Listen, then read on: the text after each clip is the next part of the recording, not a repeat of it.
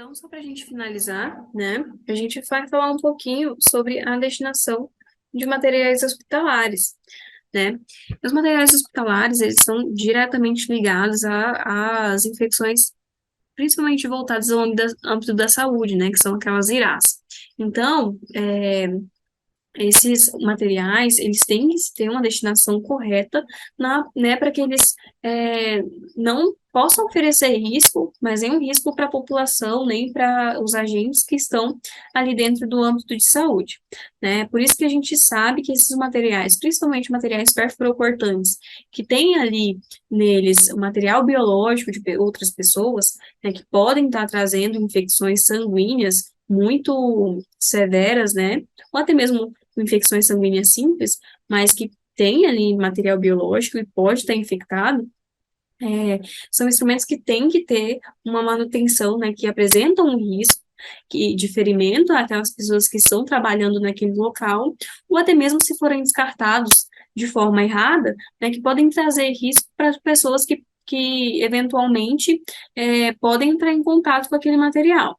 Então, esse material, a maioria das vezes, são agulhas, né, são lâminas, bisturis, e eles têm ali um material biológico que devem ser descartados de forma correta, né? A gente conhece muito bem essa caixinha, né, que é a caixinha de Scarpac.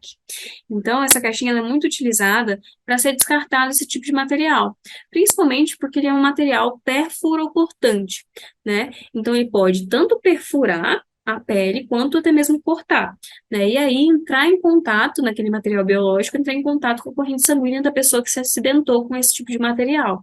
É por isso que a gente utiliza uma caixinha, né, mais enrijecida, uma caixinha de papelão.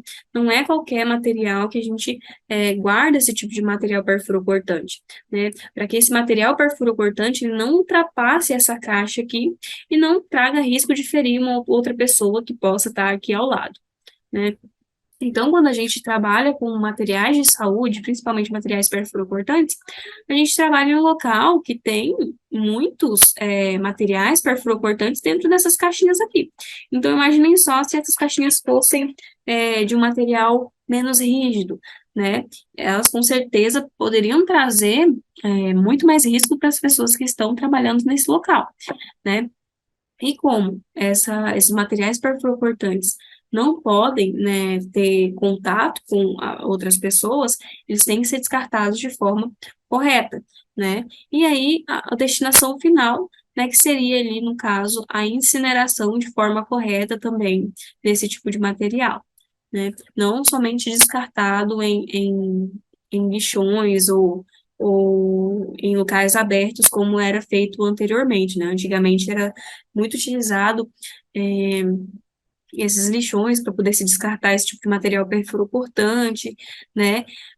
Também a gente tem aterros sanitários que recebem, né, esse tipo de material, e aí onde pode-se ter uma destinação final correta, né, principalmente a destinação final voltada à incineração, né, para que não ofereça risco à sociedade, né, esse tipo de material que pode estar contaminado com algum tipo de infecção.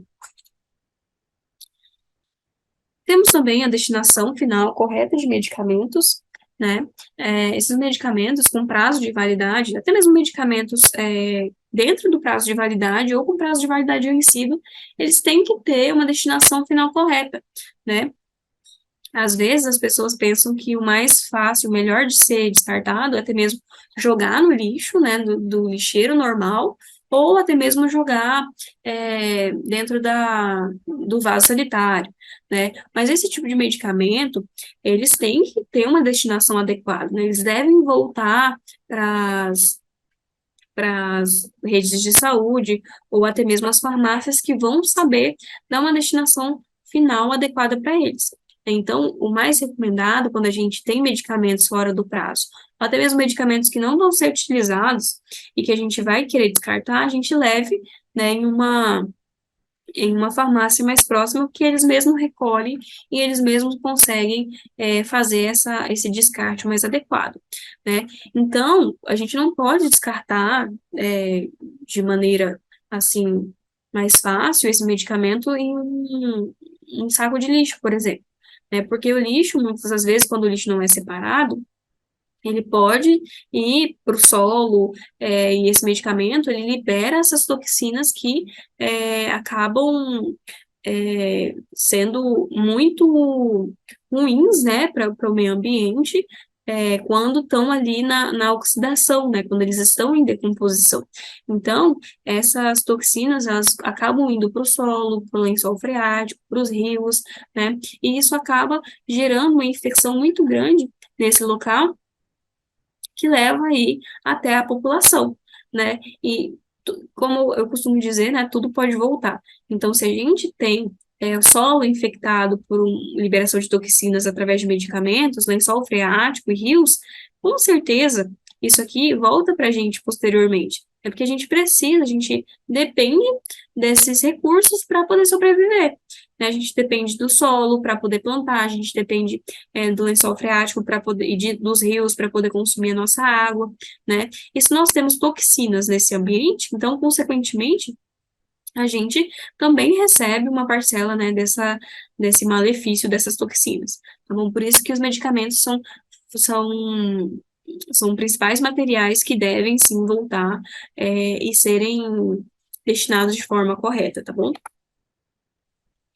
E, por último, né, e não menos importante, o descarte correto de peças anatômicas também deve ser realizadas de forma corretamente, né, deve ser realizadas corretamente. Então, essas peças anatômicas, a grande maioria, quando se é retirada ali por cirurgia, né, elas podem estar infectadas com determinadas doenças, né, determinados tumores, e podem não estar infectadas, como acontece por segregação de membro em um acidente, por exemplo, né? E às vezes esse membro não tem como ser restituído ali no corpo da pessoa. Aí esse membro ele deve ser descartado de uma forma, né, que a família ou a pessoa escolhe.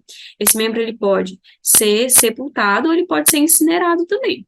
Né? Mas o importante é que ele não tem nenhum tipo de infecção que possa levar alguma infecção junto com o sepultamento, por exemplo. Então, por exemplo, se uma pessoa tem um membro amputado por um acidente, ela pode muito bem sepultar esse membro, né? Porque esse membro ele não traz nenhum trauma, ele foi sepultado por um trauma, né? Ele foi amputado por um trauma, né? Desculpa. Ele foi amputado por um trauma, mas ele não tem nenhum tipo de infecção. Então, ele pode muito bem ser sepultado, né? Já os membros que têm ali algum tipo de doença, que tem algum tipo de tumor ou algum tipo de infecção, o mais provável que aconteça com ele é que ele seja amputado e já incinerado, né, pela própria empresa, própria hospital mesmo, que dá a destinação para esse tipo de membro, essa peça anatômica, é, ser dada a destinação correta, né? Então, é importante a gente saber essa principal diferença, né? Se eu tenho um membro que foi amputado por alguma infecção, ele muito provavelmente vai ser incinerado e não sepultado, e assim sucessivamente, né? Uma coisa muito interessante também é que acontece em outros países é que esses membros amputados, principalmente quando se tem algum tipo de tumor, eles são utilizados para estudo, né? Então, eles são levados para instituições onde fazem a dissecação desse membro e se estudam esse determinado tumor, ou estudam os ligamentos, os ossos, né? E é utilizado para esse tipo de estudo. Agora, aqui no Brasil, eu não sei se nós temos esse tipo de utilização, acredito que não. É o mais provável que isso aconteça realmente é o descarte, né, por incineração ou até mesmo por sepultamento, tá bom? Então, por hoje é só, tá, gente? Eu agradeço muito que vocês tenham assistido às aulas, tá bom? E eu vejo vocês aí de novo na terça-feira, tá? Na nossa última aula, aula de reforço, né? A gente vai tentar recapitular melhor essas informações, né? Tirar as dúvidas de vocês, e aí, para a gente conseguir fazer a nossa provinha na quarta-feira, beleza? Então, muito boa noite, e nos vemos na terça-feira, dia 21/2, beleza? Obrigada, tchau, tchau.